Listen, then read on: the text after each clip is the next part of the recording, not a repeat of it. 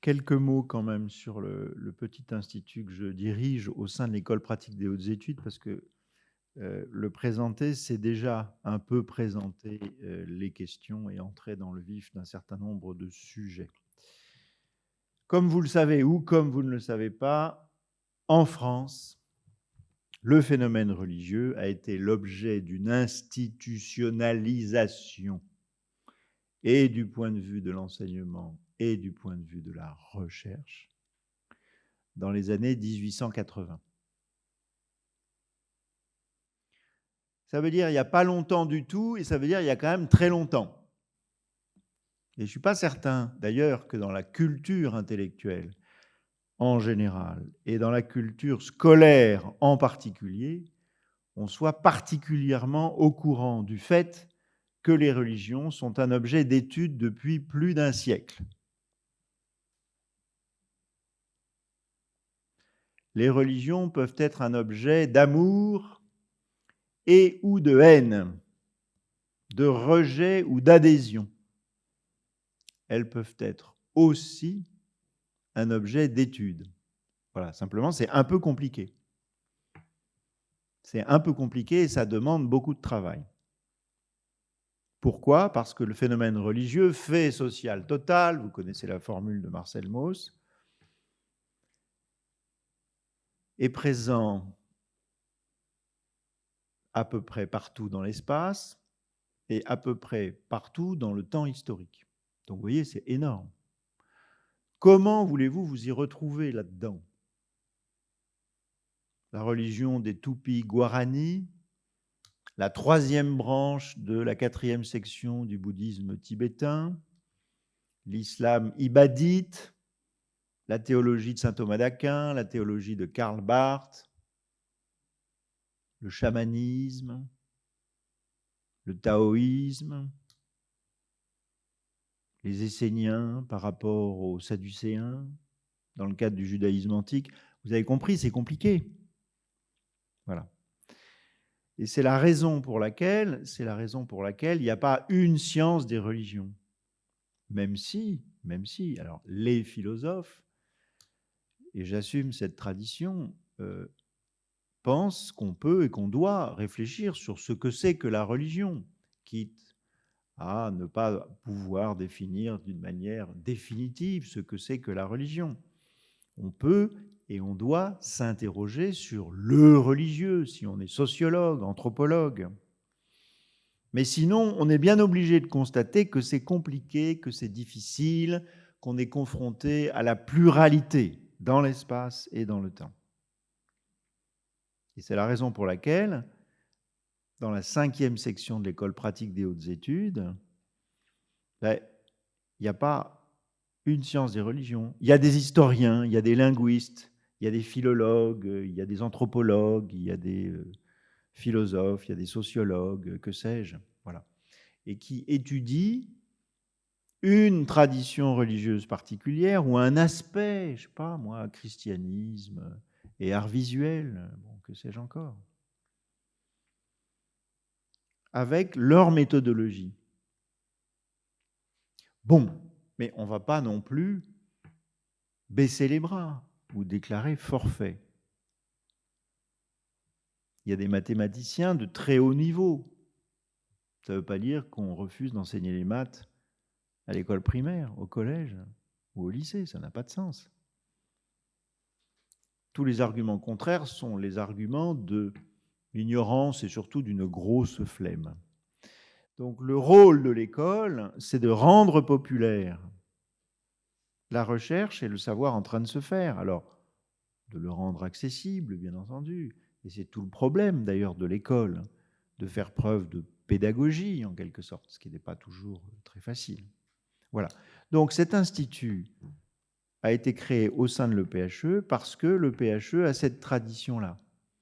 Et la mission de cet institut, c'est de faire une tentative de pont entre, d'un côté, le monde de la recherche et puis la société. Alors, soyons clairs, la société, de fait, nous travaillons, et ça fait maintenant 17 ans que j'y travaille, nous travaillons surtout avec les fonctions publiques. Pourquoi? Tout simplement parce que dans les fonctions publiques, il y a des fonctionnaires. Bon. Vous savez que la France est une des championnes du monde du nombre de fonctionnaires. On peut trouver ça bien ou mal, ce n'est pas le sujet. Et donc, ce sont les fonctionnaires, ou peu importe, ou les contractuels, peu importe, tous ceux qui sont au service du public dans les services publics, qui incarnent la République et donc la laïcité de l'État. Voilà. Maintenant, on essaiera de le voir. Il y a un certain nombre de raisons historiques qui font que la question de la laïcité, depuis, en gros, les années 80, n'en finit pas de revenir. Il y a des époques comme ça, voilà. Il y a eu la guerre des deux France, la catholique et la laïque, machin. Bon, à la fin du 19e, puis après les choses se tassent, enfin, etc. Bon, puis maintenant, de nouveau, là, on est dans une espèce d'ébullition autour de la laïcité. Et bon, mais c'est bien, il faut l'assumer. J'ai vu qu'il y a une série de conférences, vous allez entendre plusieurs voix, plusieurs approches par rapport à cette question, etc. Donc non seulement depuis les années 80, on n'arrête pas d'en parler, mais rassurez-vous, ça ne va pas se calmer tout de suite. Si je ne suis pas prophète, mais à mon avis, on en a pour un certain temps. Donc les enjeux sont extrêmement profonds, extrêmement profonds. Voilà. Donc si vous voulez, voilà, pour que vous représentiez les choses d'une manière concrète. Moi, je suis philosophe, je ne suis pas spécialiste d'une tradition religieuse. C'est pour ça que finalement, je suis plutôt spécialisé dans les questions de laïcité ou de philosophie de la religion. J'essaye de garder un contact avec la philo. Donc, chaque année, j'essaye de faire un cours sur un philosophe qui a particulièrement réfléchi à la question. Alors, l'année dernière, j'ai travaillé sur la philosophie de la religion chez Bergson. Je l'ai fait chez Nietzsche, chez Freud, chez Rousseau, chez Auguste Comte. Cette année, je vais travailler sur la question de la religion chez Marx. Voilà. Mais le plus clair de mon temps, je passe mon temps à parler à des fonctionnaires. Voilà. Il y a 3 fonctions publiques, vous le savez. Fonction publique d'État, fonction publique territoriale, fonction publique hospitalière. Bon. Et au sein même de la fonction publique d'État, ces fonctions publiques, ces ministères n'ont ni la même histoire, ni la même culture, ni même le même droit en matière de laïcité quand on pense par exemple au statut des aumôneries. L'aumônerie militaire n'a pas les mêmes règles juridiques que l'aumônerie pénitentiaire, qui n'a pas les mêmes règles que l'aumônerie hospitalière. Et les différentes fonctions publiques n'ont pas la même culture, n'ont pas la même relation aux religieux. En gros, pour faire court, les 2 fonctions publiques qui ont une relation quasiment évidente, naturelle, avec le religieux, c'est d'abord et avant tout l'armée et l'administration pénitentiaire, le ministère de la Justice. Quand on demande à un fonctionnaire de tuer et de se faire tuer, les enjeux sont un brin métaphysique. Et la République a toujours été en relation avec le religieux, les religions, les religieux. Voilà. Et dans l'administration pénitentiaire, les aumôniers, ils sont là, voilà. Je ne dis pas que c'était le numéro 1 avant le directeur au XIXe siècle, mais presque, l'aumônier. Alors c'était généralement quasiment toujours le seul aumônier catholique, malgré la petite pluralité religieuse française, y compris pluralité religieuse reconnue au XIXe siècle, le culte catholique, le culte protestant sous sa forme réformée et luthérienne, et le culte israélite. Et puis, vous avez 2 fonctions publiques qui ont un rapport difficile, passionnel, terrible, jaloux. La fonction publique hospitalière et l'école. Pourquoi ? Tout simplement, voilà, Comme on dit parfois en Afrique, le christianisme, c'est la religion de l'école et de l'hôpital.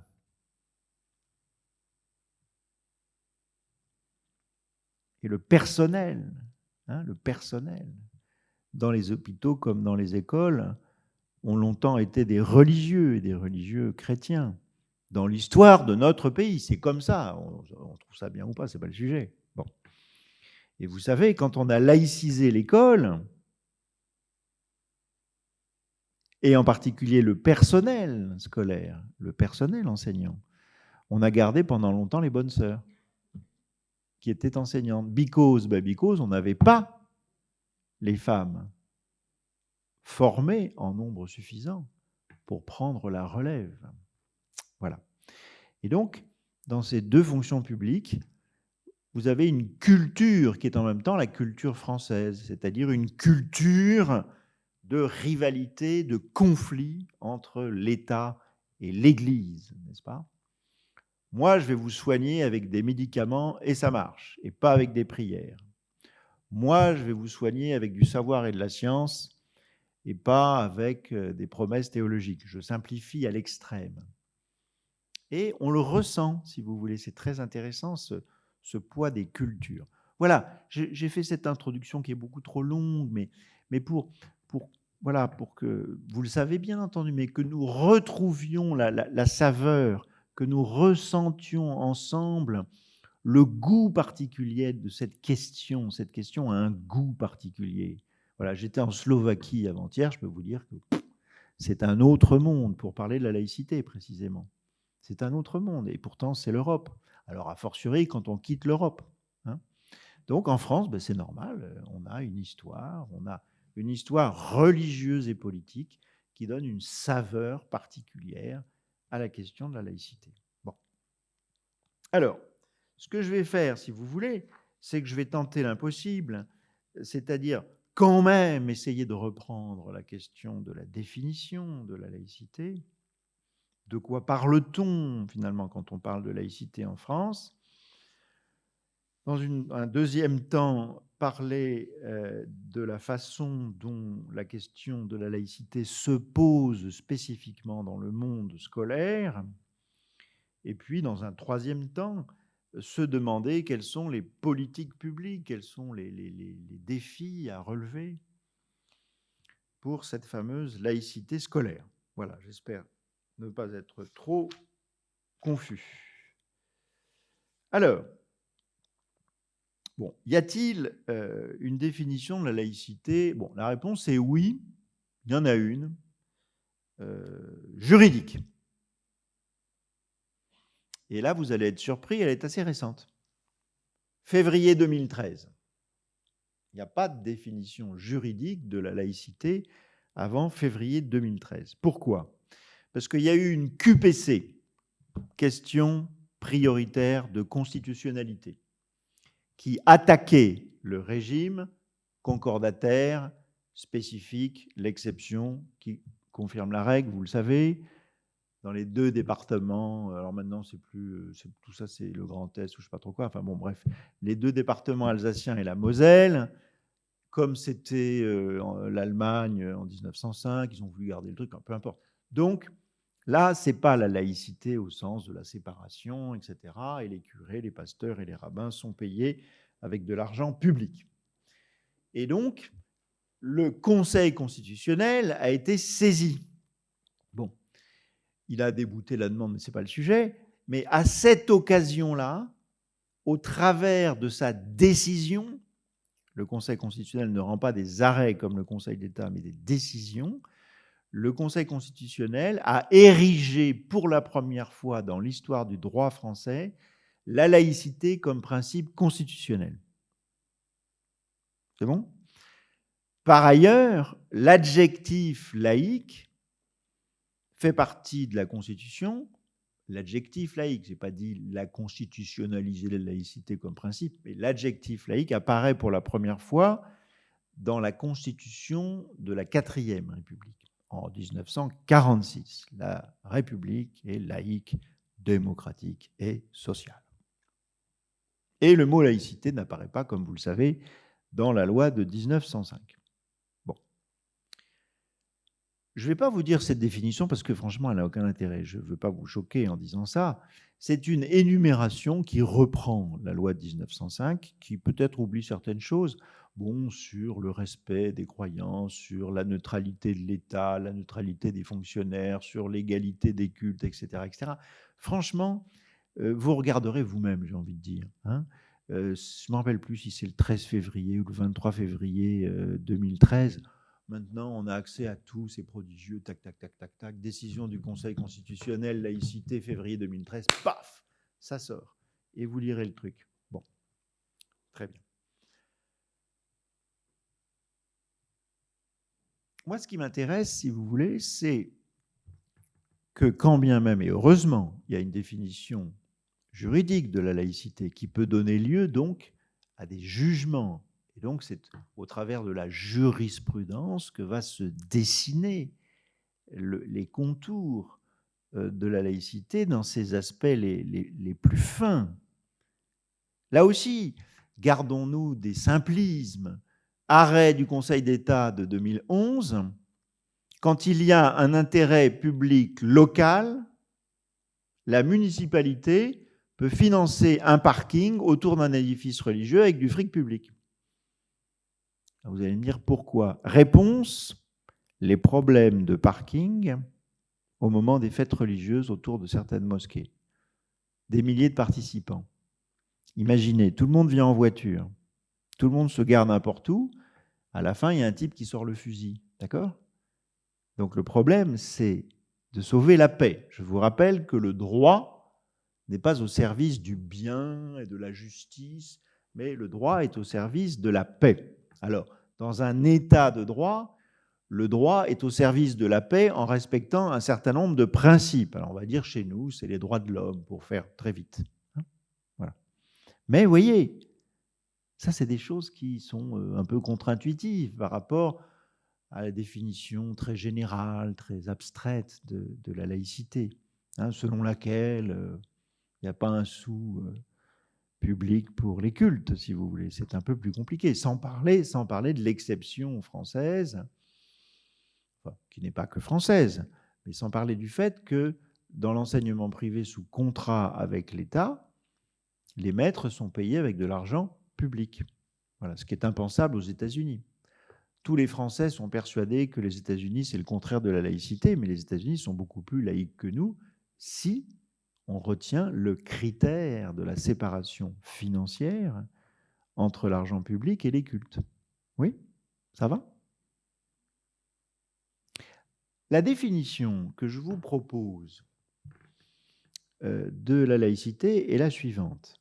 J'ai envie de dire, c'est la mienne. Il n'y a pas de, la laïcité n'est pas un objet physique, c'est pas un concept mathématique, donc il n'y a pas une seule définition. Il y a ces fameux critères que le Conseil constitutionnel retient à partir notamment de la loi de 1905 et qui jouent quand une instance judiciaire est saisie, bien évidemment. Hein. Donc, je ne dis pas que la laïcité est une réalité flottante, si vous voulez. Mais, et c'est pour ça qu'on en parle, sinon on n'en parlerait pas, le droit n'est pas pour lui-même, en lui-même et par lui-même son propre fondement. Le droit repose sur des choix philosophiques et politiques. Bon.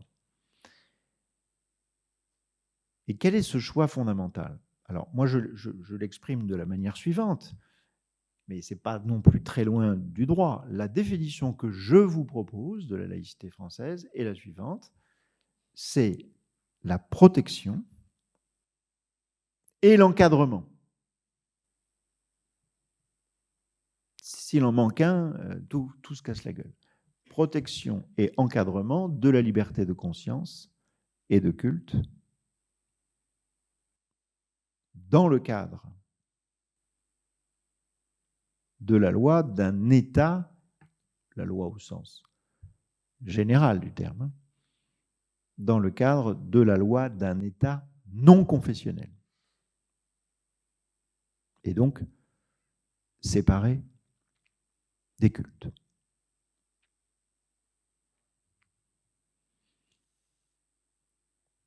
Pourquoi cette définition ? Parce que il faut retrouver l'histoire. il faudrait remonter bien plus en avant, mais on ne va pas pouvoir le faire. Donc, rapidement, la Révolution française, le 19e siècle, et puis le grand moment de la Troisième République. Donc, la Révolution française, alors il y a eu une séparation qui a été très brève, etc., etc., mais du point de vue des grands principes, la Déclaration des droits de l'homme et du citoyen de 1789, alors vous le savez, elle a mis du temps avant de faire partie du droit positif. Maintenant, c'est tout à fait le cas. Hein, c'est du droit positif. Ça veut dire que vous pouvez faire un procès pour gagner un procès, avoir des dommages, etc. Exemple, au moment des nationalisations, puisque la propriété est considérée comme un droit naturel, inaliénable et sacré, vous attaquez et vous dites « je n'ai pas été correctement indemnisé ». Et vous vous appuyez sur la DDHC de 1789. C'est du droit. Ça a mis beaucoup de temps. Et vous savez très bien que ça a été pendant longtemps la déclaration des droits de l'homme et non pas de la femme. Soyons clairs. Hein. Donc il y a aussi des grandes obscurités anthropologiques. Hein. Bon. Mais dans ce texte, vous avez le principe de l'égalité de tous devant la loi, etc., ce qui était relativement récent. Hein, ça date de 1787, le moment où les protestants peuvent être considérés comme des citoyens à part entière. Après, pour l'émancipation des Juifs, c'est plutôt 1791, me semble-t-il. Mais il y a l'article 6 et l'article 10. L'article 6, c'est la loi et l'expression de la volonté générale. C'est un choix philosophique, ça. Il n'est pas écrit la loi est le dépôt d'une révélation divine.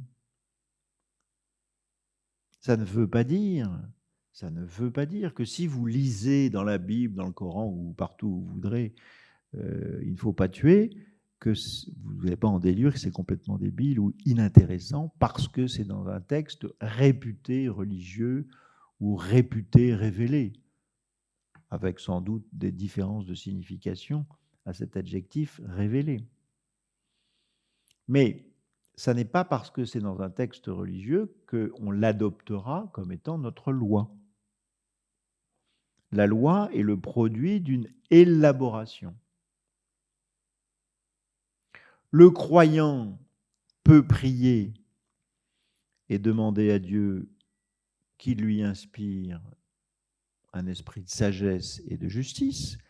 Le non-croyant peut trouver des ressources ailleurs dans la manière de conduire sa propre réflexion. Et des arguments vont s'échanger, n'est-ce pas? Et on va se mettre d'accord sur un certain nombre de principes. On s'est mis d'accord dans notre histoire sur un certain nombre de principes. Ça s'appelle le bloc de constitutionnalité. Il y a les chartes européennes maintenant, etc. Bon, ce sont des choix. Il y a des tas de pays qui ne font pas ces choix-là, qui n'ont pas fait ces choix-là. C'est très important de comprendre ça, parce qu'on vit dans la machine à laver de la mondialisation ou de la globalisation, mais sauf que quand on habite en France, quand on vit en France, on ne vit pas nulle part, ni n'importe où.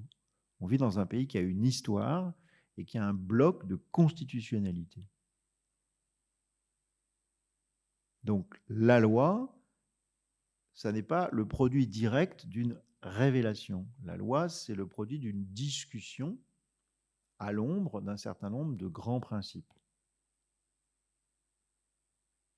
Et l'article 10, moi, à chaque fois que je fais une formation pour mes collègues fonctionnaires de quelque fonction publique que ce soit, je leur dis toujours, mais vous devez absolument le connaître par cœur, l'article 10, car tout est déjà là.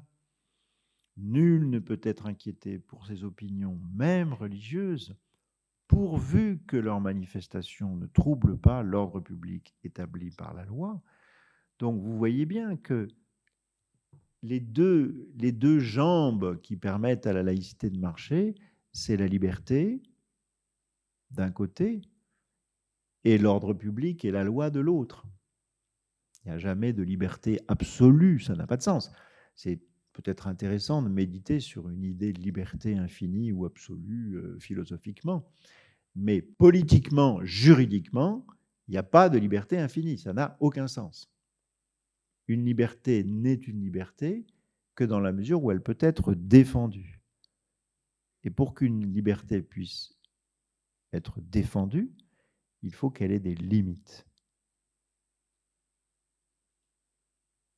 Parce qu'on pourra dire, vous avez porté atteinte à la liberté de monsieur machin ou de madame truc, parce que vous avez transgressé une limite. Et ça veut dire, en retour, que si on peut sanctionner la transgression ou l'atteinte à la liberté de quelqu'un, c'est que cette liberté elle-même est contenue, en quelque sorte. Par la liberté d'autrui, ça va de soi, dans un premier temps, mais par d'autres limites encore. Bon. Le 19e siècle va rompre définitivement, si j'ose dire, avec l'Ancien Régime, c'est-à-dire cette volonté de faire, de concilier, si vous voulez, le roi, la foi et la loi, si vous voulez. Bon. Donc, le catholicisme est certes la religion de la majorité des Français, mais le catholicisme n'est plus la religion de l'État. Et il y a une petite pluralité religieuse en France, comme vous le savez, une grosse majorité catholique pendant très longtemps et 2 petites minorités protestantes et juives.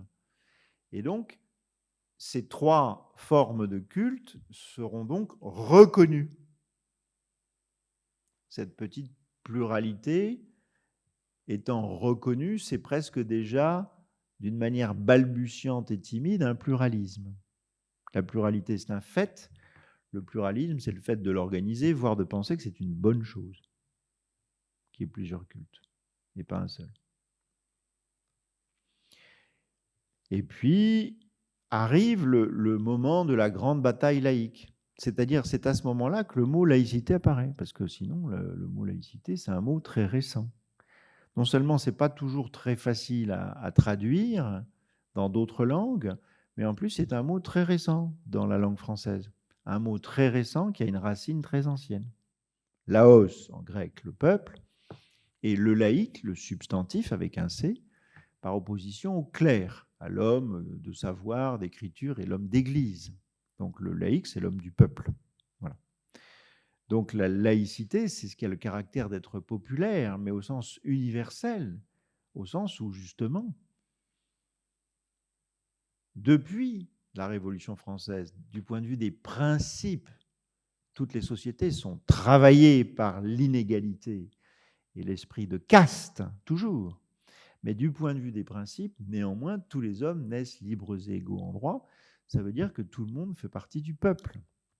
Donc il y a là déjà une sorte de beau projet social, philosophique, moral et politique dans la laïcité entendue comme cela. Voilà.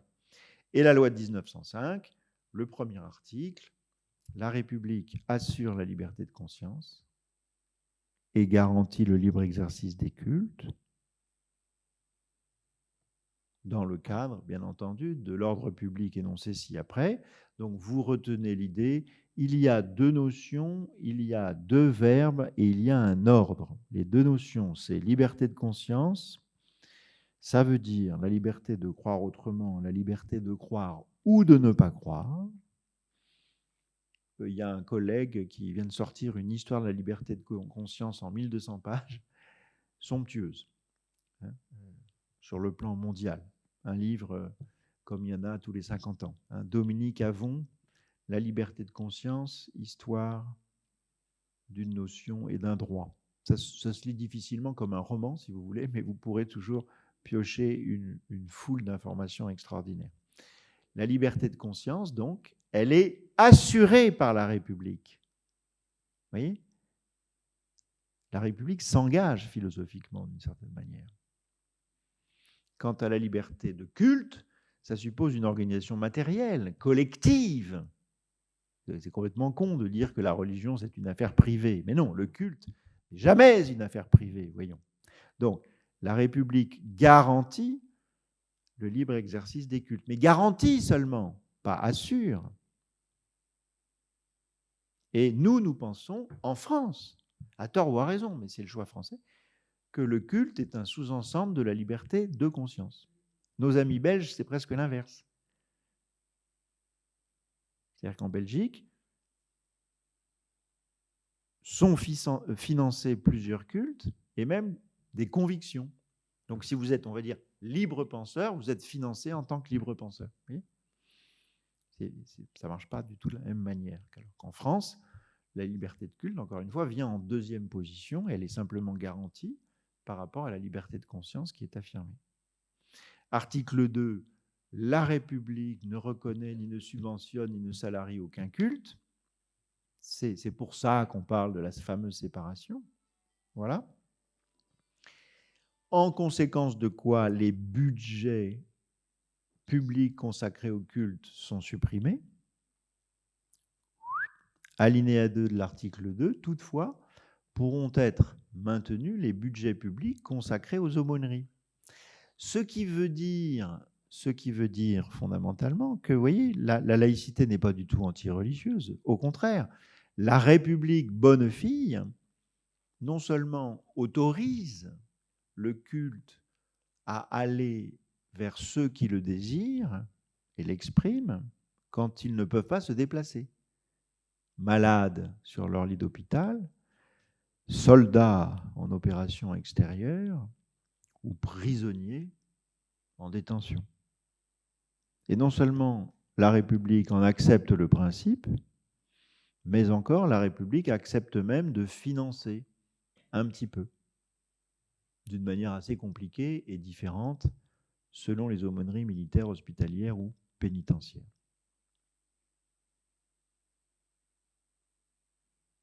Voilà, j'ai été peut-être trop long, on n'a pas encore parlé de l'école, mais ça ne fait rien, on a déjà posé l'essentiel. L'école a été le fer de lance de la construction de la laïcité, même si le mot n'apparaît pas en 1905, c'est quand même la loi de 1905 qui clôt un cycle. Nous sommes entrés dans un nouveau cycle. Mais la loi de 1905 reste fondamentalement le droit à partir duquel le Conseil constitutionnel, en 2013, définit le principe de laïcité comme principe constitutionnel. Il y a 3 formes de laïcité scolaire. La laïcité de la vie scolaire, la laïcité de l'enseignement, la laïcité dans l'enseignement. La laïcité de la vie scolaire, c'est celle qui régit la déontologie des gens qui se baladent dans une école. Et ils n'ont pas le même statut. Ils n'ont pas le même statut. Quand on est fonctionnaire, qu'on soit enseignant ou non, on est tenu à une stricte neutralité confessionnelle. Ça ne veut pas dire que vous n'avez pas des opinions philosophiques ou religieuses variées, mais ça veut dire que dans le cadre de vos fonctions, vous n'exprimez pas vos convictions personnelles partisanes, si j'ose dire, et vous ne les montrez pas par des signes extérieurs. Vous avez les fameux parents d'élèves qui sont souvent et le plus souvent à l'extérieur de l'école, mais pas toujours, parce qu'il y a le conseil d'administration, etc., sans parler du fameux casse-tête de la maman accompagnatrice. Et sur le plan juridique, la question a été tranchée. Elle ne peut pas être considérée comme un auxiliaire du service public. Et à ce titre, on ne peut pas lui appliquer la règle de l'interdiction des signes religieux, à moins que cette mère d'élève ou ce père d'élève manifeste bruyamment ses convictions face du prosélytisme religieux, auquel cas, dehors. On est bien d'accord. Hein, ce n'est pas parce que le port d'un signe religieux est autorisé dans ce cas précis que tout est autorisé. Bon, et puis vous avez les élèves.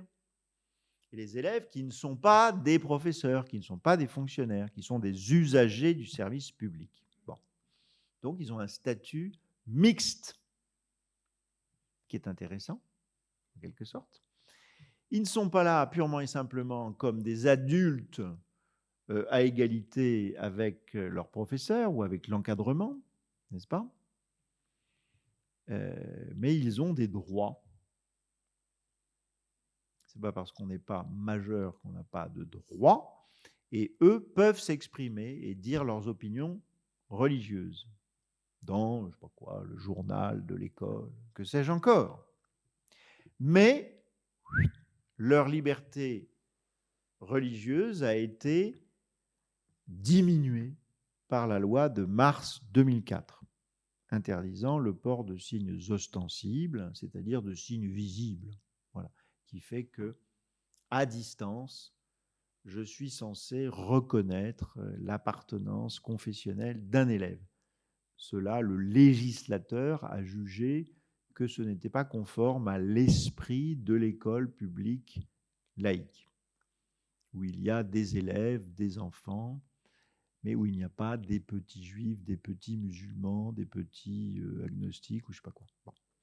On ne va pas discuter, enfin si vous voulez, on discutera, mais bon, voilà. En tous les cas, la vie scolaire, c'est ça la laïcité de l'école.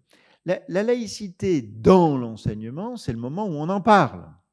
Alors, réponse, on peut en parler dans ce qui s'appelle maintenant l'EMC, l'enseignement moral et civique. Avant, instruction civique, ou ECJS, pour ceux qui connaissent bien le système éducatif. Éducation juridique, non, je ne sais plus, enfin, éducation civique, juridique et sociale, ECJS. On parle de la laïcité parce que le professeur d'histoire, forcément, en parle. Comment pourrait-il ne point en parler? Peut-être que le professeur de philosophie en parle. Voilà, ok. La laïcité de l'enseignement, alors là, ça devient très philo, mais très intéressant. Qu'est-ce que ça veut dire, enseigner laïquement quelque chose? Moi, j'aurais presque tendance à dire que enseigner laïquement quelque chose, bon, comment dirais-je, c'est le fait de penser que la laïcité n'appartient, la vérité n'appartient pas au passé, mais elle appartient à l'avenir. C'est ça au fond. Alors, il n'en reste pas moins qu'il faut apprendre des choses. Voilà, la prise de la Bastille, c'est le 14 juillet 89, c'est pas un autre moment. Voilà. Et puis le théorème de Thalès, et que sais-je encore. Donc il y a des tas de choses qu'il faut ingurgiter. C'est comme ça et c'est pas autrement. Tous ceux qui disent le contraire disent des âneries. Alors on peut le faire avec des méthodes douces, c'est possible. Voilà, vous l'apprenez ou vous l'apprenez pas. Vous le savez ou vous le savez pas. Mais, et surtout, et c'est ça que devrait être l'école, c'est d'apprendre un esprit, une méthode, un chemin pour chercher et éventuellement trouver, mais d'une manière provisoire, la vérité. La vérité est pour demain. L'école, en ce sens-là, est un processus. Elle est par nature progressiste. C'est ça une manière laïque d'enseigner. Me semble-t-il. Me semble-t-il. Et c'est aussi la raison pour laquelle il faut aussi enseigner laïquement une réflexion et des connaissances sur les religions, car cela est utile. Je rappelle aussi, circulaire Jean Zay, ça vous dit quelque chose, Jean Zay, hein, le Festival de Cannes, ministre, et oui, c'est lui qui a créé le Festival de Cannes, ministre de la Culture, en plus que de ministre de l'Instruction publique, tué par les Allemands. Bon, Jean Zay, ministre du Front Populaire, les circulaires Jean Zay ne parlent pas que de la neutralité confessionnelle, mais aussi de la neutralité partisane sur le plan politique. Et aussi, bien entendu, de la neutralité sur le plan commercial. Moi qui étais lycéen, moi j'ai débarqué en 6e en 67. Hein, bon. Donc j'ai connu les années 70. Ben, je peux vous dire que les professeurs qui respectaient la neutralité partisane sur le plan politique, ce n'était pas beaucoup. Et je pense que ça continue d'ailleurs. Et oui, c'est difficile. Hein, c'est difficile d'être un professeur laïque. C'est-à-dire qu'il respecte profondément la conscience de ses élèves. Ça ne veut pas dire qu'ils respectent leur bêtise ou leur ignorance, mais leur conscience et leur personne, leur dignité de personne. Ça, c'est pas commode. Pas commode du tout. Non, mais vraiment. C'est pour ça aussi qu'il faut être indulgent avec les professeurs, parce que ce n'est pas si simple que cela, quand même. Voilà. Donc, l'école, en France, elle a été le fer de lance de la laïcité. Alors, ça ne commence pas avec Jules Ferry, voilà, Guizot d'abord, etc., etc. Et puis, toute l'histoire de cette civilisation chrétienne qui insiste sur l'école. Bon. Mais pour les républicains, vous savez que la République passe à un cheveu en 70. La première tâche des républicains, ça a été de fabriquer des républicains. Il n'y en avait pas assez.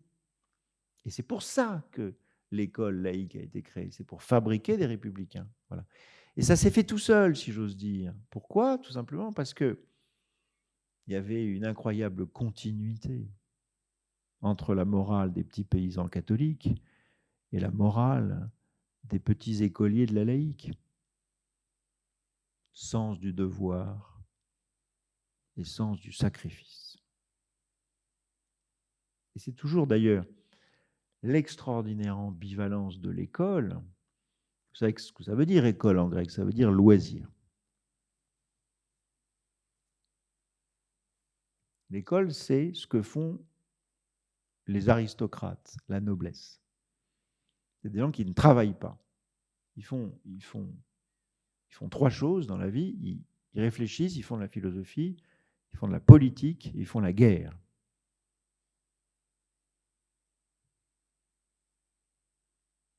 Donc le projet scolaire, c'est précisément de pouvoir donner à tous les enfants du peuple, pour un temps, et peut-être pour leur vie, quelque chose de noble et d'aristocratique. Vous n'êtes pas que des instruments de l'économie. Vous n'êtes pas que des moyens. Vous êtes des fins pour vous-même. Et pour ça, il faut réfléchir. Il faut prendre du temps. Donc, l'école, c'est le lieu de l'émancipation. Oui, mais en même temps, tout à fait entre nous, on ne le répétera pas, on a tous eu des profs un peu justes sur le plan intellectuel et un peu sadiques. On a tous été un peu traumatisés par des profs, y compris les profs. Bon. Puis il y a des gamins très intelligents qui se font casser à l'école. Forcément. Forcément, c'est très difficile d'avoir une attention aux particuliers et aux intelligences exceptionnelles. Et puis, moi, ça a marqué ma sensibilité. Moi, j'y peux rien. On appartient à une génération. Voilà. Mon grand-père, maternel, sa femme aussi d'ailleurs, il était instituteur de la laïque et il était de la classe 14. Ça a marqué définitivement ma sensibilité. C'est-à-dire que ce que l'école de la République a fait, c'est ce qu'aucune institution n'avait réussi à faire avant elle. L'école de la République a vraiment mis la tête au carré au peuple. Voilà.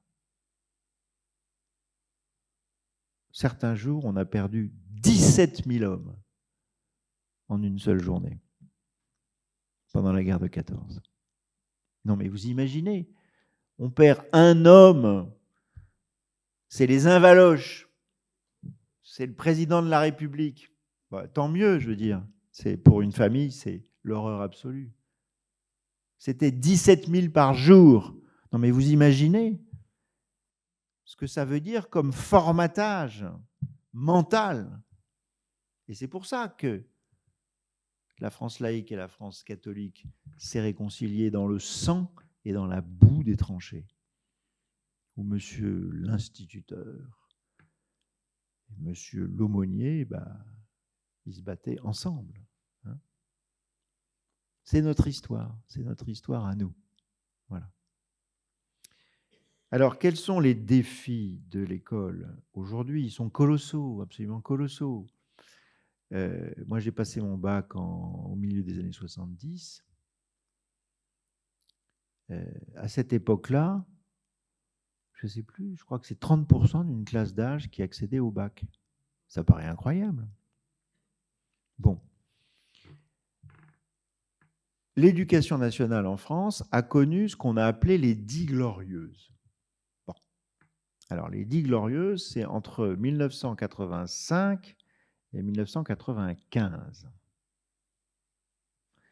Donc, les 10 glorieuses, c'est la montée en puissance du système. C'est les fameux 80% d'une classe d'âge au bac.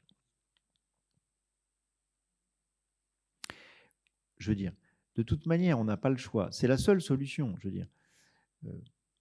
Voilà, dans ce qu'on appelle l'économie de la connaissance, enfin, compte tenu des fameux progrès scientifiques, technologiques, que sais-je encore. Enfin, l'économie moderne a besoin de personnes qualifiées.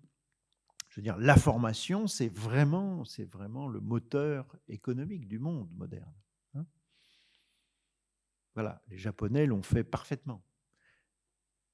Ça restera entre nous. Nous, on a plutôt mis le bac au niveau de 80% d'une génération, plutôt que 80% au niveau du bac. C'est pas entièrement vrai non plus ce que je dis, c'est compliqué, mais bon. Donc on a connu ce phénomène colossal de la massification scolaire, mais on n'a pas véritablement, sans doute, changé nos programmes, nos contenus, nos manières d'enseigner. Et cerise sur le gâteau, ce moment de la massification scolaire fait que le public scolaire change de visage sur le plan social. Mais c'est aussi le moment où l'immigration devient non plus une immigration de travail, mais d'installation. Et donc, nos gamins changent sur le plan social, mais ils changent aussi du point de vue de leurs appartenances ethniques, d'origine, leurs appartenances culturelles et religieuses. Et donc, on est emberlificoté depuis les années 80 dans ce mixage bizarre entre la question sociale, la question culturelle et la question religieuse. Deuxième cerise sur le gâteau, chez nous, c'est emberlificoté dans la question coloniale. La France a été longtemps une grande puissance musulmane, vous le savez. Mais en même temps, les musulmans n'étaient pas vraiment considérés comme des Français, donc il y avait un problème, une contradiction, si vous voulez. Eh bien maintenant, l'islam est présent comme religion sur le territoire métropolitain. Donc, les enjeux sont nouveaux de ce point de vue-là, si vous voulez. C'est le cas de la France en général. Non pas que la question de l'islam soit la seule question, mais faire comme si la question de l'islam ne se posait pas serait pas sérieux. Elle se pose pour la France en général, c'est-à-dire est-ce que l'islam en France s'organise, peut s'organiser ou pas, et comment? Et ça se pose aussi sur l'art et la manière de composer et de promouvoir aussi les jeunes qui sont issus précisément de cet espace religieux et culturel différent. En 85, tout se passe dans les années 80. En 85, Jacques Berck, vous voyez qui c'est? Un traducteur du Coran, un grand anthropologue, rend à son ami Jean-Pierre Chevènement, qui était ministre de l'Éducation nationale, un rapport et qui s'appelle Les enfants de l'immigration à l'école de la République, en 85. Et la conclusion du rapport dit « Notre avenir politique dépendra de la place que nous aurons su faire, notre avenir politique, c'est-à-dire la cohérence et la cohésion de notre nation, à la place que nous aurons su faire à ces représentants issus d'un monde différent. » Et vous voyez bien que cette phrase, vous pouvez lui donner une interprétation d'extrême gauche ou d'extrême droite. Extrême extrême gauche. Ah, la France colonialiste, raciste, discriminatoire. On ne leur a pas fait de place.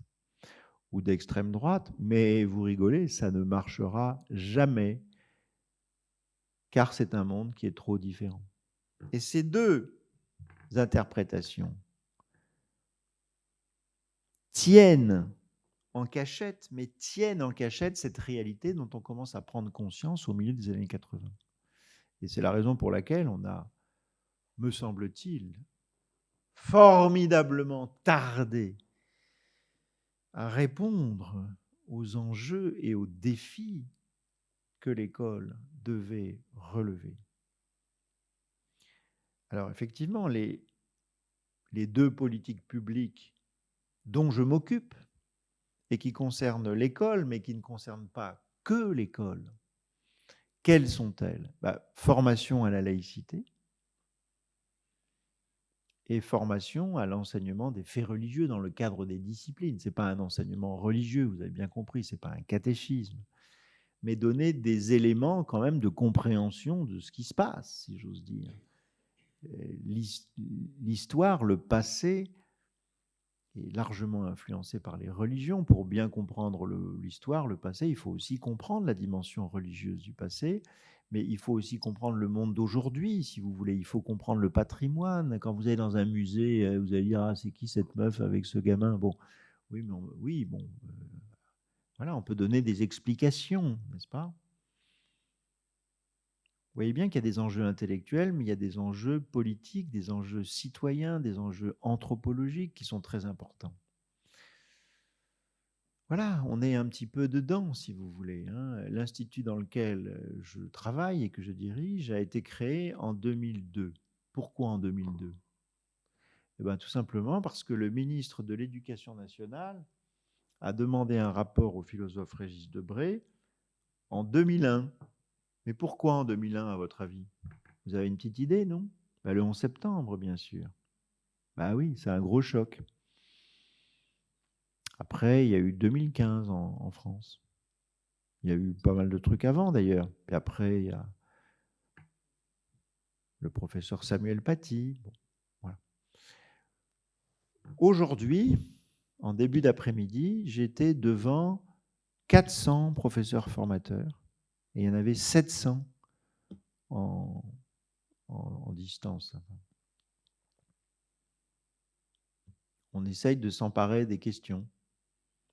On essaye de dire, voilà dans quelle direction il faudrait travailler. Le problème, c'est que ça fait, encore une fois, ça fait plus de 30 ans qu'on le sait, quoi. Alors, on ne fait pas rien, on le fait.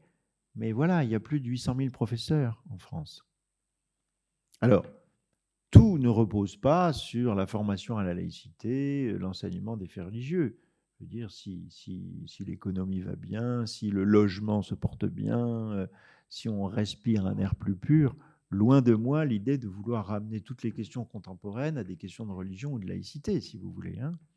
Mais ces questions ont leur part, en quelque sorte. Elles ont leur part. Alors, pour conclure, si vous voulez, voilà, vous connaissez cette formule, je ne sais plus si c'est Lincoln ou Jefferson, vous le savez certainement mieux que moi. J'adore cette formule d'un président américain. Vous trouvez que l'éducation coûte cher? Essayez donc l'ignorance, hein. Bon, voilà. Donc, voilà, l'éthique, la mission de l'école, c'est ça, c'est cet appétit de connaître, de savoir, de partager, d'enseigner, d'essayer d'y voir clair. Voilà, les lumières. Bon, il n'y a pas des endroits qu'il faut laisser dans l'ombre parce que ça va moisir, n'est-ce pas? Il faut s'en occuper, il faut regarder, il faut chercher à comprendre. Si on ne s'occupe pas de ces questions-là s'occupent de nous et pas de la meilleure façon, si vous voulez. Voilà les très beaux défis, les défis un peu angoissants quand même, qu'il faut que nous relevions tous, en quelque sorte, et particulièrement des défis pour notre chère école. Voilà, chers amis.